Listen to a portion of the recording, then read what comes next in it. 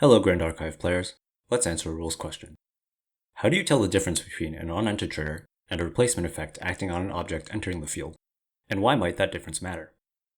For instance, how does the effect of Wildheart Hymn differ from the effect of Sylvie, Wild Whisperer? Besides the obvious parts, such as that Wildheart Hymn affects all animals for the turn while Sylvie only affects one animal or beast. Triggered abilities can be identified by the words at, when, or whenever. Triggered abilities use a stack. You may notice that in our example, Wildheart Hymn's effect is a triggered ability. So let's say you play Wildheart Hymn, then play an animal ally such as this Tidestone Bovine. It resolves and enters the field.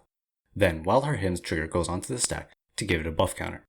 Both players have opportunity to respond to this trigger. For instance, your opponent might want to send 2 damage at it at fast speed before it gets the buff counter and before it can attack. On the other hand, replacement effects do not use the stack. They take some kind of game event and replace it with a modified one.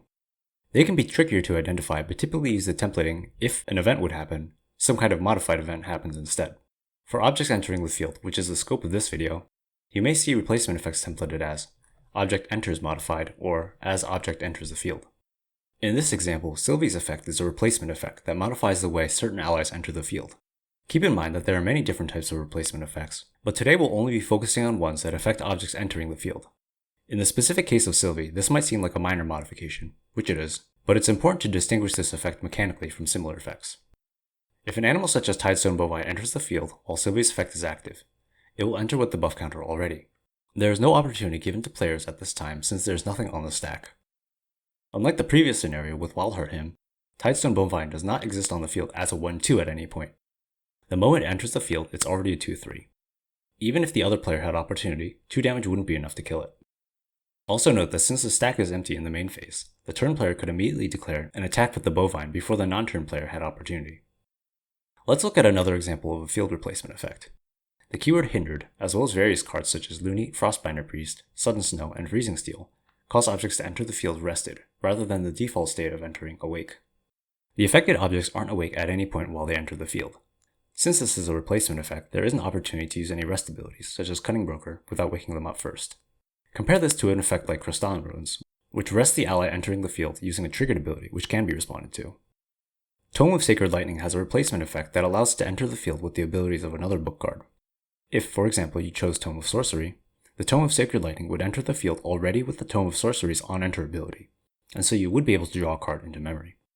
This is possible because Tome of Sacred Lightning already had that ability when it entered the field. If Tome of Sacred Lightning gained the abilities of Tome of Sorcery via an on-enter trigger instead of a replacement effect, you wouldn't be able to draw the card in this way, since it would miss the trigger condition for an on-enter trigger. For a similar reason, Clockwork Amalgam will trigger its own on-enter effects if it copies something with an on-enter ability. Clockwork Amalgam's copy effect is a replacement effect that causes to enter the field already as a copy of the chosen object. Lastly, regarding the distant mechanic. Some effects can put allies into play already distant, such as Polkhawk, Boisterous Riot, and Captain Archer.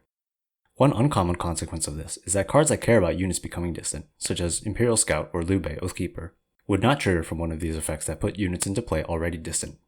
So theoretically, if you put an Imperial Scout into play using one of these effects, disregarding the element restrictions, it would not trigger its on-enter effect since it never became distant. In order to become distant, a unit has to first not be distant. You'd have to wait until distant wears off at the end of your turn to try to trigger the Scout. And that's all for this video. Thanks for watching.